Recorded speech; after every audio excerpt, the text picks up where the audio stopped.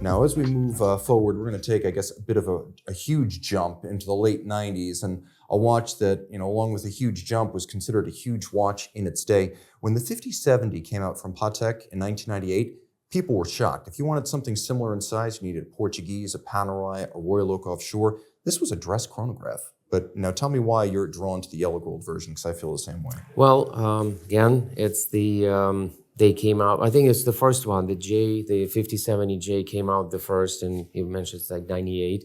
I think this is an example from early 2000s, 2001 maybe. The black dial that resembles the gilt dial, just the aesthetics of it. I like black dials and metals. Yes. So it's just that contrast that makes this dial pop. The other dials came with silver. The rose gold version came with silver, and so did the white gold. And they did not present that popping contrast that the yellow gold offered. Yes, yellow gold is a little bit ostentatious and not that understated as some of the Patek collectors may want to seem, but the larger size, the 42 millimeter size of that watch was such a step away from the traditional small 33, 34, 35 millimeter watches, dress watches, that, sort of made it a black sheep. Yes. And that attracted me. I like eclectic stuff. People prefer to call it weird sometimes, and I'm that person that is attracted to the weirdness of something that steps outside of a traditional boundary, something that breaks the rules, something that becomes a disruptor. Well, it's either not going to make it or it's going to have the following, and people will accept. It's like Porsche making a change from one generation to the next one. Collectors go, oh, no way, no, we like this, but this is hideous, this is big, this is powerful. No, we don't. And then they love with it, and they start flocking to this new model because the Porsche ultimately does the great job in designing something. And that's the same thing with Patek. This watch is actually a homage to the watch from 1930s, I believe, 1930s or early 40s, where the gilt dial was in style and the way they produced the dial with the telemetry and chronometry, multi-scale dial, which was that's the era of a golden era of watchmaking between World War I and World War II. And it really does look just like the 2512. What I also like is that it's a profoundly quirky watch, because Patek started with a problem. They knew the movement was too small for the size of the case they wanted to make. So they created this multiply stepped pagoda. It's almost like a compressed pagoda-like case and bezel, and then multiple concentric scales on the dial. And when they're done with all of that, you don't notice how small the movement is. You just think that's gorgeous. It's a real trick of the eye. They did, yeah. The Patek is known for using 13-line movements in there, and what they do is nowadays they just put in a larger case, but then they ultimately they'll have to update the movement because it's just not enough torque to move these larger hands and heavier gears. But for the production purposes, they just make a larger case to fit the current trend. As the watches got larger towards Schwarzenegger bringing in the 50 millimeter. Well, by then we were over the top, right? Yeah, they had to at least come up to like 37 or 38, or like 40 was big. Yes. So, but it has that Lemania-based movement that is still beautiful and relevant. Looking at the back of this watch is just as beautiful for me as looking at the front. It's very funny, too, because you can tell a lot about a watch from its case. And here, the bezel, as well as the lug fluting, is razor sharp. Little, if any, refinishing ever. And then you can see this is from the first half of 5070J production, because it's got lateral hall markings, back when the hallmarks would be stamped on the side of the lugs. I learned that today. I was not aware of that. So that's a lot of fun right there. And again, if you think of the movement in here, it was used in the 3970, which was the 36 millimeter watch. This is a 42. It's the same movement, but it's like the difference between an airplane and an aircraft carrier, which I really like, to stick with our aviation theme. So we're going to jump, I guess, back to the future now with your Dream Watch 5. Now at Bethune, the Dream Watch 5 is always a platform for customization. They make maybe 10 a year at most. None of them leave the factory stock. How did you arrive at this design plan? Oh, that was that was actually a challenge. I've never seen one live. I mean, I have a great respect for Bethune as a brand, and I first became aware of them in early 2000s when the company was only a few years old. I've acquired my first one, the rose gold DB15, in about 2006, when nobody knew about Bethune outside a small group of connoisseurs who kind of like were in the in. And the Dream Watches produced before, the Dream Watch 1 and 2 and 3, they were a little strange, even for me. They were just not comfortable on the wrist. It was hard to adapt to this. They were still fantastic watches. This was a different level. When I started seeing this, and when I imagined I looked up the dimensions, like this is a 54 millimeter watch. It's huge. It's weird. It looks like a spacecraft out of the sci-fi movie. How can I put it on my wrist? And yet I wanted one, so I started working with the creative team at Bethune and shooting up the action. My initial idea was actually my idea was to to duplicate. So the back here is it's protected, but the back of the case back is blued. The fairing down from the crown. And then the oscillating mechanism is displayed, and you can actually see the heartbeat of a watch if you want. And they showed me a few prototypes or designs where it's all completely blued or blacked out with zirconia, and it was just too massive to have this black or dark blue piece, which I love, but not in this massive amounts and massive quantities. So my idea was to actually replicate what's on the back, but here I wanted to have this, the fuselage, let's call it a fuselage, yes. And these are wings. So the fuselage was supposed to be blued, and then the wings were high polished titanium. And they said they can't really do it because the demarcation, it's one single piece. They cut it out of a single piece of titanium, and they can't really guarantee the line would preserve because the way they polish it, it was impossible, they told me. So I said, okay, fine, then they just polish the whole thing. But to make it mine, they came out with there's a few customizations I made. I made the crown blue instead of a stainless steel. And I asked them to put a ruby cabochon instead of a sapphire to bring some, just to have something pop between red and blue. Yes, to kind of step away from the blue and introduce another color. Of course, Attila worked very hard on double crocodile, waterproof bracelet, and he matched the grain of the scale to go alongside with the angles of the watch case. When you, as a matter of fact, which is incredible because no one does that. Nobody does that. But the attention to the details and the stitching, I mean, that's what we do. It took almost a year to create this bracelet, and the angle, how it kind of, it's a process. From the beginning of the selection and customization to the time you took delivery of this watch, what's the life cycle of a Dream Watch 5 order? How long did that take? Back then it wasn't so bad. I think it was about a 6 months process back and forth. We're seeing the prototypes, the drawings,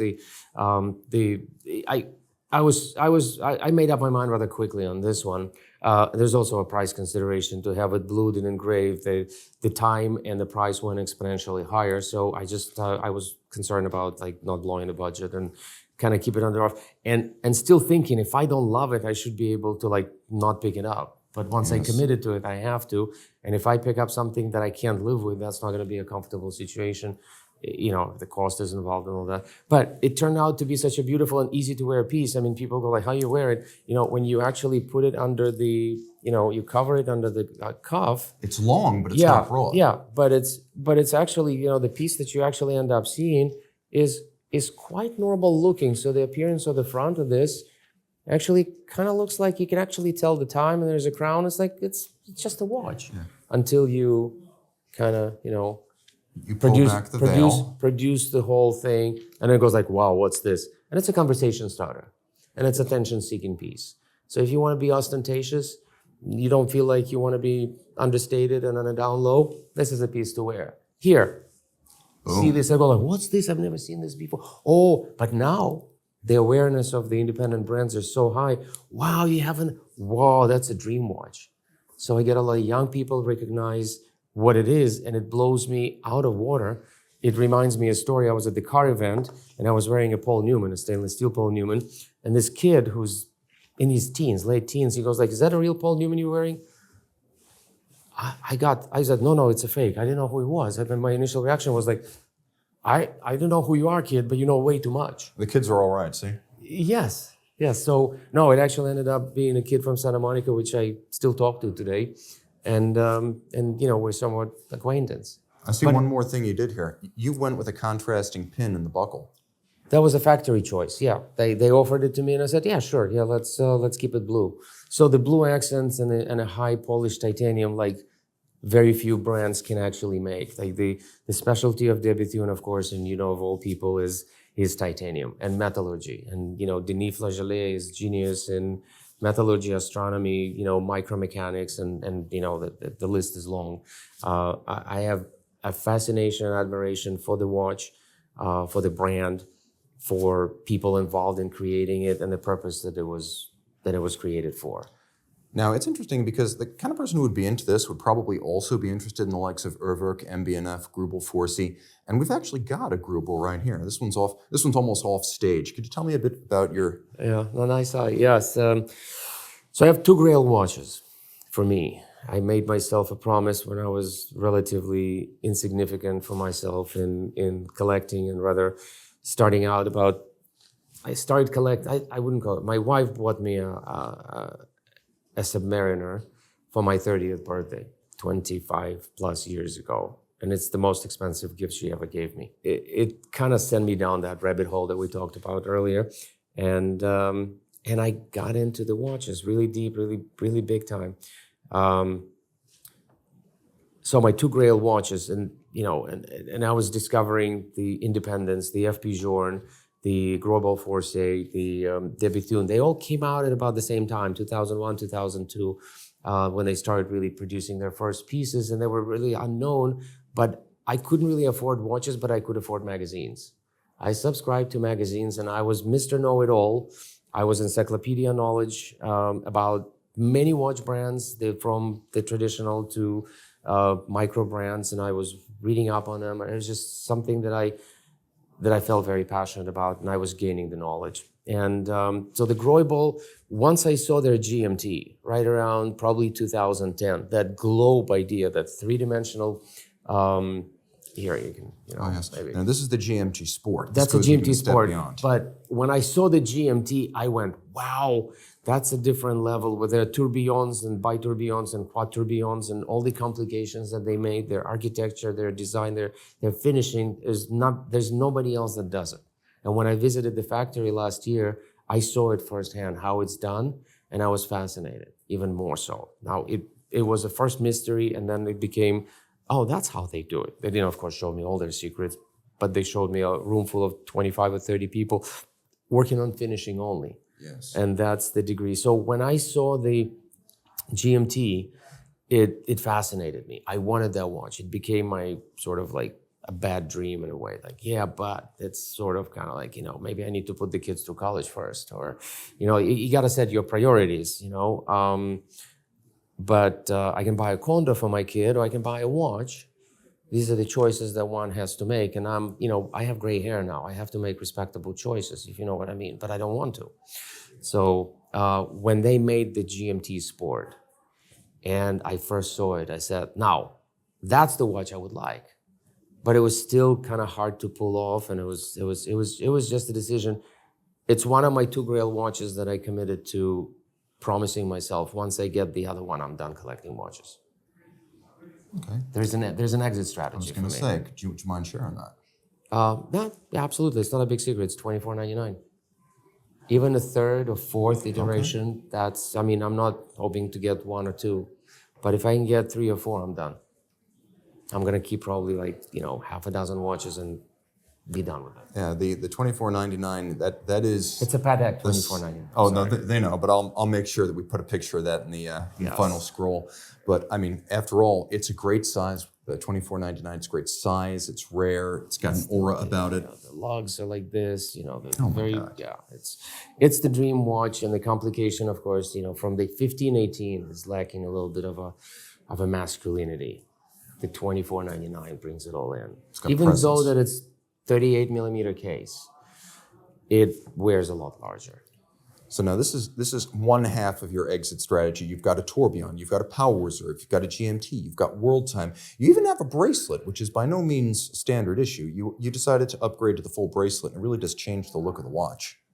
I did. Actually, I ordered the watch with the bracelet, and it came with the original strap. And I just ordered and received the white strap that I'm going to mount on during the summer, just to kind of freshen it up. Sometimes changing a strap takes away the desire to buy an entire brand new watch. So yes, and it, I was able to get the little tool. Yes. It's just, I mean, if you feel comfortable and want to adventure into fine watchmaking, you can try yourself in changing a strap on a Greubel Forsey. It's 4 screws, in and out. I mean, out and in, but it's quite difficult. You have to have a pretty good hand dexterity, and that's when I realized I may have never been a great watchmaker. I don't have the dexterity, the patience, the precision, the mechanics in my movements to achieve that. I was going to say, by the looks of it, you did all right, so I'm not going to No, blame you. I was able to master it. I was able to switch, 2 days ago I was on a blue rubber strap.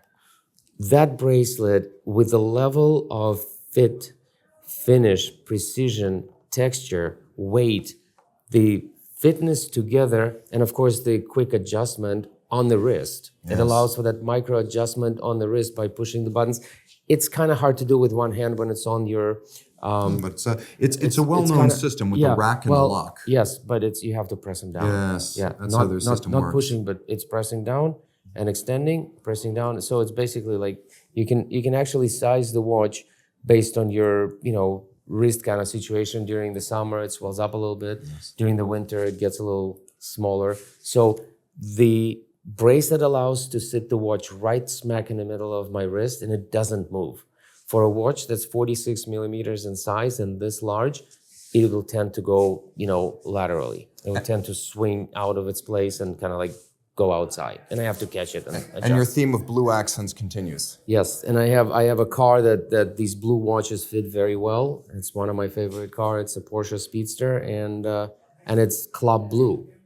And they allowed me to build the club blue. It was an exclusive color for the club, for the coupes that they did for Porsche Club of America. But after asking them a few times, they obliged, and I think now it's available to anybody. Well, since we are in LA at Watchbox LA in the Soho building, let's end in Southern California. You have a custom Josh Shapiro from the Infinity series, an incredible watch. Tell me the story behind this, because any dealing with Josh is going to be very low volume and very personal. And personal it is indeed. Josh and I first met on social media. I mean, I first noticed of Josh Shapiro, and I got a couple of times, and I kind of got curious, and I contacted him on Instagram, and I said, hey, I'm into watches, and I kind of love what you do. There was all about the guilloche and it's like, it piqued my interest. It's like, what is this guy doing? And by the time that I contacted him, he was done with his first Infinity series, what he called, with the engraving in a guilloche dial. And when I came to visit his workshop, he told me that he's working on watches in tantalum. I said, tantalum, wow, that's hard. Tantalum is not a very friendly metal, not by any measures. I mean, you have to have a great deal of expertise to work in tantalum at all. Yes. It's very unforgiving, very hard, has a 3,000 Celsius melting temperature. You can't really do anything with that metal. But it's got this very appealing dark gray, luster that is very attractive, and it stays noble. It doesn't oxidize. So the metal itself, and it has a pretty good heft. It has the specific gravity very close to gold. and it's just fascinated me, this guy. And I started talking to him, and I said, what how long have you been doing it? He says, well, my dad was a machinist. I love guilloche. And My he grandfather- started as a vice principal of the school. that was fascinating, because he told me that before that, in 2019, he was a principal of a Jewish religious school, yeshiva, and he has a master's in history. I said, wait a minute, for master's in history, that's pretty bizarre career change, but the masterity with which he handles the guilloche and the passion with which he speaks about, giving the resurgence or rebirth of the American-based watchmaking, I decided momentarily, it was just a split-second decision for me, so easy. I saw this. I saw his other watches. This design came up a little later, as a process of collaboration. But when I saw this, I said, I got to be a part of it. I have to push this forward. I have to kind of like encourage this. I want to see young people getting into an exclusive. This is a very high quality watch that rivals, if not exceeds, some of the major brands that I've seen in Swiss watchmaking. By no means this one, and I have a great respect for Swiss watchmaking that goes back to, 16th century and all that. But although this is a very high grade German-made movement, I had some personal touches made to it and had Josh and his talented staff to personalize it and engrave it, and actually he dropped it off at my office with the words, "You're the only customer I'm doing personal deliveries to."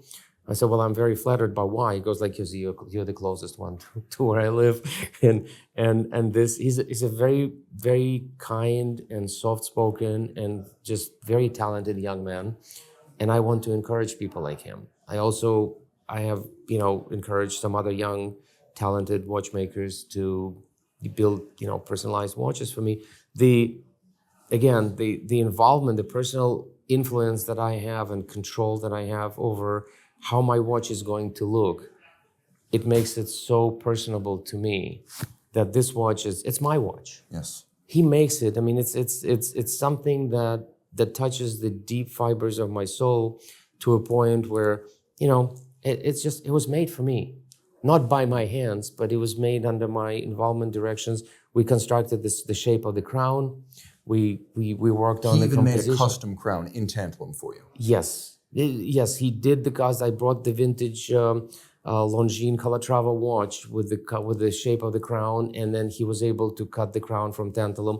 The buckle is made of tantalum, beautifully finished.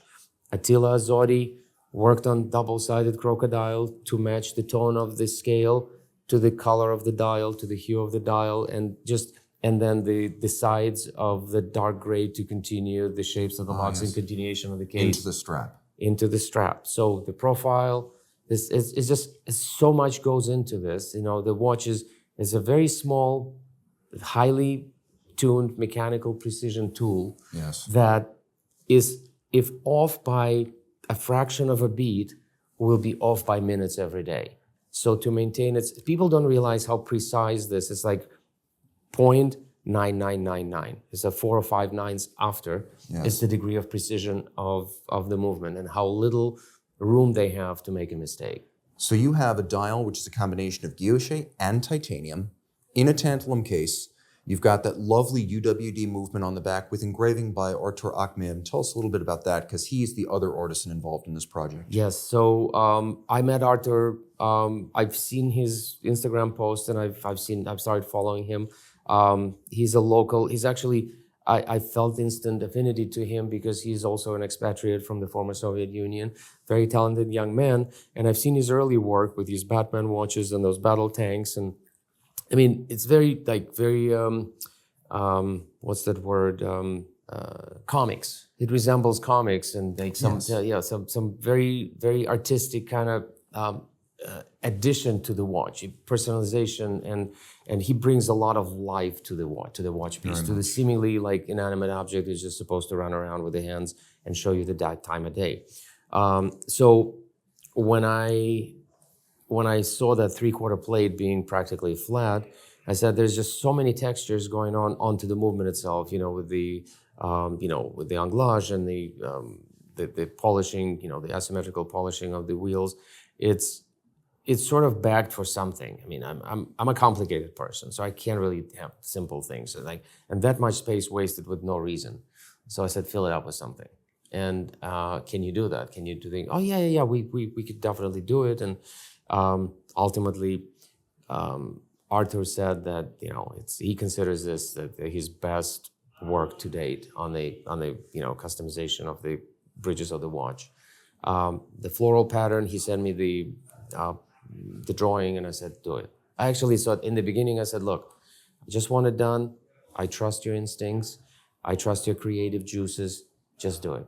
I'm not, you don't have to ask me. Just go ahead and do whatever you feel like you need to do on this watch. And that's also contributing to developing, working with the creative people and developing their talent and developing something that I want them to decorate my piece the way that if they did it the right way, it would probably be, it would definitely be okay with me because they're much more talented than I ever will be. But this is a compound work of art because it is by Josh, but it's also by Artur. And if you looked at that engraving and you're like, who did this? You'd be like, I don't know, maybe Kurt Schaffo, maybe Stefan Kudoka, maybe someone like a Benzinger. This is all done in Southern California. This is done, it's made in Inglewood, I call it. It's done by the airport. So this epitomizes for me the rebirth of the craftsmanship and artisanship and the talent of the American watchmakers. So this proves that these watches could be produced outside of Europe, outside of traditional Switzerland and Germany based, and with great deal of customization as well. Outstanding. So I'm looking forward to go there. And we're already talking about some other stuff that they could do and should do in the future as far as like complications and putting it really on the map. I really want to see more people like them, and I really want to see George take it to the next level and succeed in creating something that hasn't been done before. Outstanding. And I really wish them all that well. To be continued. Emil, thank you so much. Thank you for having this. Is so much fun. I appreciate it, and congratulations, guys, on your new creative space. The location is insane. The bird's eye view of the city from the ocean to downtown and beyond is just congrats. Well done. Remember, if you want to find us, LA in the Soho House.